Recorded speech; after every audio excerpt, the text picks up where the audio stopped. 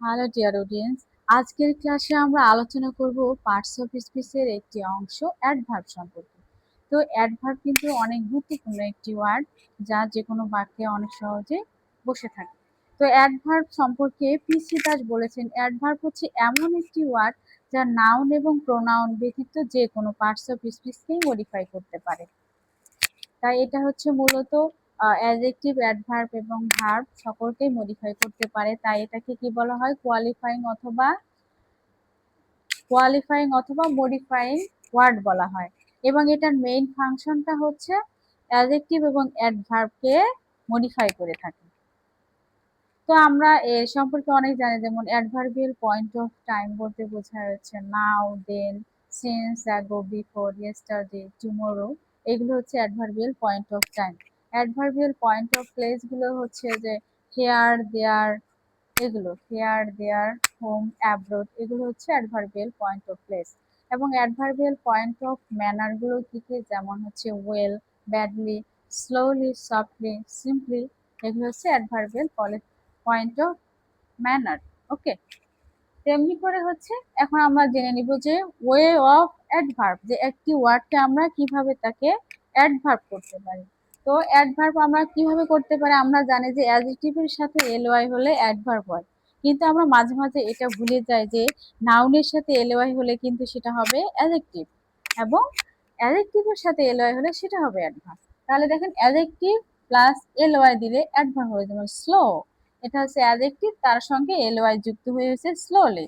মানে কেয়ারফুল, কেয়ারফুলের সাথে অ্যাড করেছি এলওয়াই, তারপর হচ্ছে কেয়ারফুলি। তাহলে অ্যাডজেক্টিভ প্লাস এলওয়াই করে আমরা সেটাকে কি করতে পারি? অ্যাডভার্ব করতে পারি।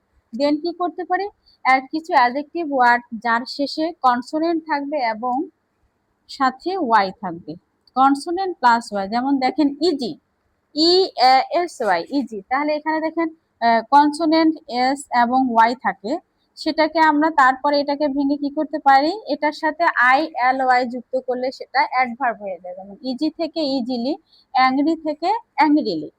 ওকে, দেন অ্যাডজেক্টিভ, কিছু অ্যাডজেক্টিভ ওয়ার্ড থাকে যার শেষে কি থাকে? ইক থাকে। যেমন কি? যেমন অটোমেটিক। তাহলে ইক যুক্ত অ্যাডজেক্টিভে আমরা যদি এখানে CALLY যুক্ত করি তাহলে সেটা অ্যাডভার্ব হয়ে যাবে। যেমন অটোমেটিক থেকে অটোমেটিক্যালি। আবার কিছু কিছু শব্দের আগে প্রেপোজিশন অথবা অন্য কোনো ওয়ার্ড বসিয়ে সেটাকে অ্যাডভার্ব করা যায়। যেমন যে অ্যাব্রোড, অ্যাব্রোড করতে গেলে এ প্লাস রোড দিলে সেটা হবে abroad. Ahead, a plus had, ahead. তাহলে কিছু কিছু শব্দের শেষে প্রেপোজিশন অথবা অন্য কোনো শব্দ বসি। দেন আছে কি? যে কিছু কিছু অ্যাডজেক্টিভ এবং অ্যাডভার্ব সবসময়ই একই থাকে, সেম সেম। যেমন হচ্ছে ফাস্ট, লেট, হার্ড, এই ওয়ার্ডগুলো সবসময় একই থাকে। ওকে, তাহলে এই যে অ্যাডভার্ব ওয়ার্ডটা, এটি খুবই গুরুত্বপূর্ণ। এটাকে কোয়ালিফাইং অথবা মডিফাইং ওয়ার্ড বলা হয়। এটি সম্পর্কে পিসি দাস তো বলেছেন যে এটি নাউন প্রোনাউন ব্যতীত সবাইকেই কি করতে পারে? পুরো একটা সেন্টেন্সকে মডিফাই করতে পারে। তাই এটাকে মডিফাইং অথবা কোয়ালিফাইং ওয়ার্ড বলা হয়। তো এইভাবে আমরা টুকটুক করে একটু ছোট ছোট করে অনেক বৃহৎ আকারে অনেক ভালো কিছু শিখবো, যেগুলো আমাদের কম্পিটিটিভ এক্সামের জন্য অনেক হেল্পফুল হবে। ওকে, আজকের ক্লাস এই পর্যন্তই। See you soon.